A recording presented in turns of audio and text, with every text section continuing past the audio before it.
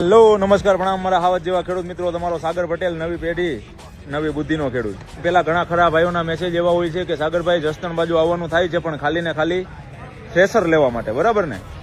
ત્યારે તમારો ભાઈ અત્યારે ઊભો છે જયંત, કદાચ નામ સાંભળેલું છે ને? જો કે સાંભળવું જોઈએ ને, નેમ ઇઝ ઇનફ, જયંત. હવે આ છે અમારે જયંતના શેઠ. કયો? જય ઠાકર. જય ઠાકર. બરોબર, આપણો ખાસ મિત્ર છે ભાઈ.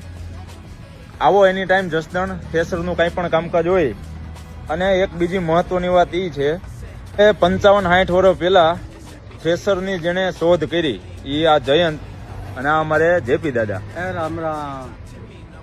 બરાબર, અમારે જેપી દાદા આ જયંતમાં જ્યાં ઊભો છું એ આ શોધ કરવા વાળા 55-60 વર્ષ પહેલા.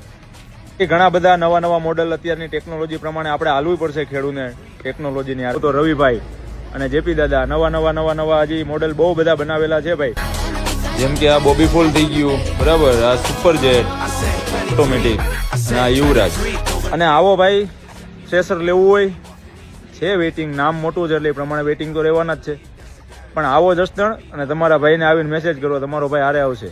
થ્રેસર લેવાનું થાય, તમારો ભાઈ હારે આવશે, બરાબર. અને આપણી ગુજરાતીની ભાઈ ઓલી સિસ્ટમ છે ને ભાવ કરાવવાની, એ થઈ જાય, મોજ કરો, તમારો ભાઈ હારે આવશે.